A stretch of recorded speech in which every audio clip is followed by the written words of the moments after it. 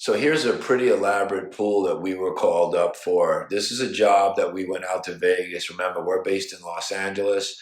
However, a couple of leak detection companies came out to this pool and couldn't find anything. This was a dispute between a builder and the homeowner and the pool builder. So again, this was a messy job, but we always get involved in stuff like that.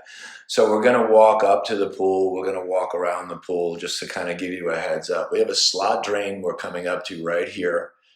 And then when we walk the pool, we'll see what we have. We have a negative edge catch basin on the far end of the pool.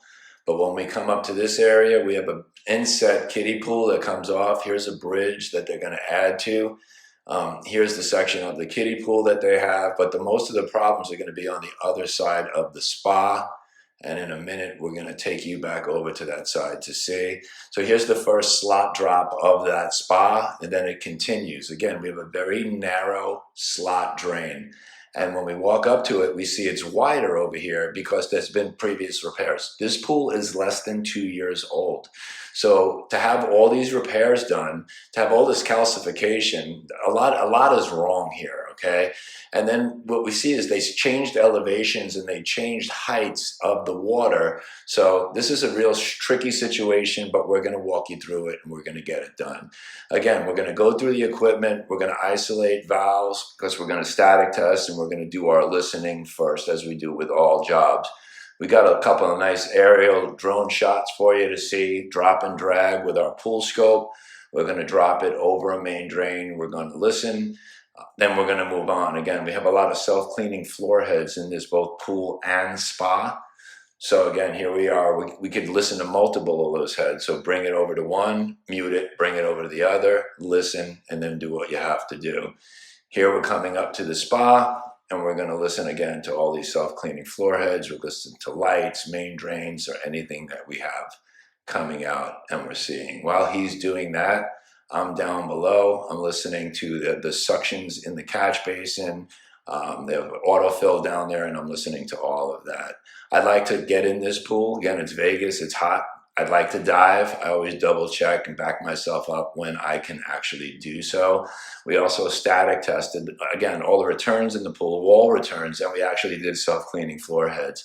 But here we're doing the spa jets, and again, we're sending in dye, and it's just literally coming out and mushrooming around, so we know that we don't have any leaks in those spa jets. Now we're going to jump to and get our camera into the actual slot drains. Having a camera being enabled to get you in will let you see the type of material. It won't always let you see the cracks or the leaks. We do use dye injection, and that's what we're doing here.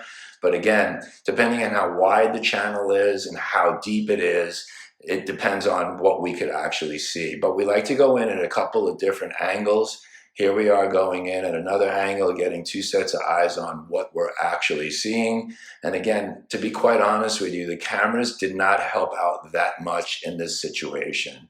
So the next thing we're going to do is, well, we're over here, but when we still walk the pool, we're seeing all this dampness over by this fire pit that they had over here. And we're also digging it out and seeing that there's a couple of different types of repair materials. This looks like an actual butyl tape that was stuffed in underneath the tiles. And then we're also looking and we're seeing cementatious type of products, two-part epoxy type products, and we'll show you that a little bit down the line.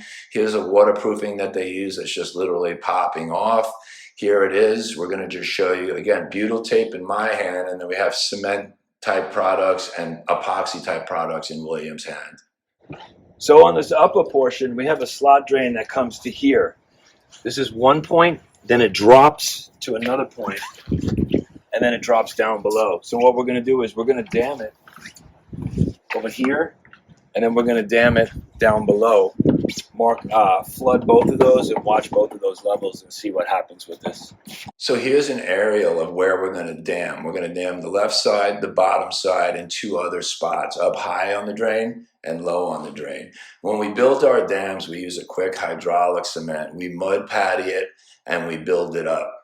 We make sure that it seals right. So again, let it build up, let it dry up, and then you could literally just rub your hand on it to seal anything and will not let water get past it. Here's the finished dam, and here's where we filled it on the spa side. And you can see where it's holding water. We have it marked in there, and now we're going to see if it drops.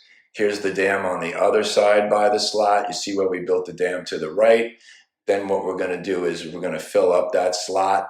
We're going to do it with a garden hose. So again, trying not to knock water over the side helps. So we're going to do that with the garden hose and get it filled up.